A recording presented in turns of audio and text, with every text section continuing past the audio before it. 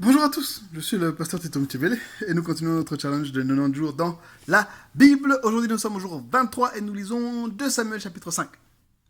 Le chapitre commence par nous dire que tout Israël s'est rassemblé pour faire de David leur roi. Comprenez quelque chose, depuis la dernière fois, David a vaincu Goliath et à ce moment-là, il a commencé à monter en prestige, monter en puissance et en admiration auprès du peuple.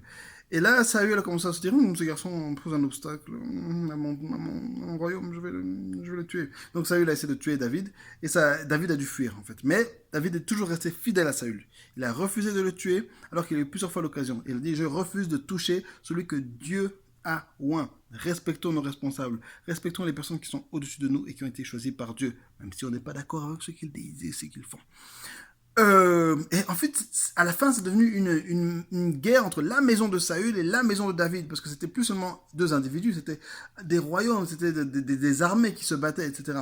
Finalement, Saül et sa descendance sont morts et David est devenu roi. Comprenez que souvent, dans ce thème du petit frère, de la lignée du petit frère qui prend le dessus par rapport à la lignée du grand frère, le prix à payer pour le grand frère, c'est l'extermination de sa lignée. La lignée de Caïn a été exterminée. Ésaü, sa lignée a été plus ou moins maudite et assez exterminée. On voit ça avec Saül, sa lignée a été exterminée. On a vu ça juste avant avec le sacrificateur Élie qui a élevé Samuel, le jeune prophète. Et la punition, c'est que d'Élie pour les péchés de sa maison, c'est que toute sa maison a été exterminée. Donc c'est encore une fois, c'est cette précision dans la lignée qui devait assurer la royauté et avoir la bénédiction. David est proclamé roi de tout Israël. Donc d'abord, il a siégé pendant 7 ans comme roi à Hébron. Et là, il était juste roi de sa tribu à lui de Juda. Et ensuite, il est devenu roi de tout Israël. Il avait 37 ans. David a été oint à 17 ans. Il est devenu roi à 37 ans.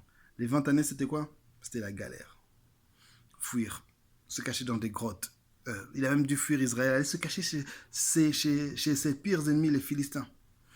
Parfois, on pense que juste que parce qu'on a reçu une bénédiction, parce qu'on a reçu une prophétie, parce qu'on a entendu la voix de Dieu, parce que telle personne a dit ceci sur nous, parce que la Bible dit ceci, les choses vont se passer immédiatement. Non, le temps de Dieu, mes amis.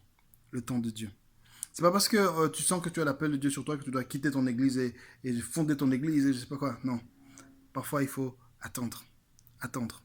Apprendre, souffrir et faire croître sa relation avec Dieu, de sorte que lorsque le temps de Dieu arrive, on peut pleinement profiter de la bénédiction.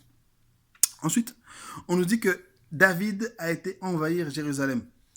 Comprenez que Dieu avait dit clairement à Israël, vous devez envahir Canaan et détruire tous les bons hommes que vous allez y trouver. Malheureusement, ils ne l'ont pas fait. Et ça, c'est encore une des choses qui montre que David était l'homme selon le cœur de Dieu. La première chose qu'il fait, c'est chasser des peuples, prendre possession de la capitale du pays et en faire la cité de David. David était vraiment l'homme selon le cœur de Dieu, malgré ses défauts. Et on en voit par exemple dans ce texte. David a encore pris des femmes, et des femmes, et des femmes, et des concubines, et des concubines, et des concubines, des enfants, des enfants, des enfants. Clairement, dans le schéma de la Bible, c'est un défaut.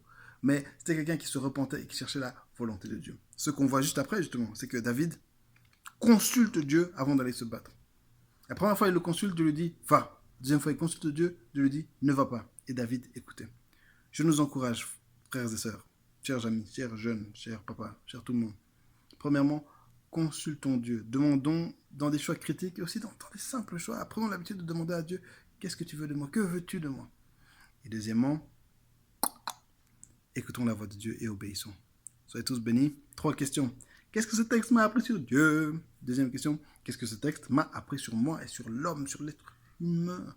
Troisième question, à partir des choses que j'ai apprises, qu'est-ce que je dois faire? Que ferai-je à partir de maintenant? Soyez tous bénis. Allez, on continue. On commence roi bientôt. Bye bye.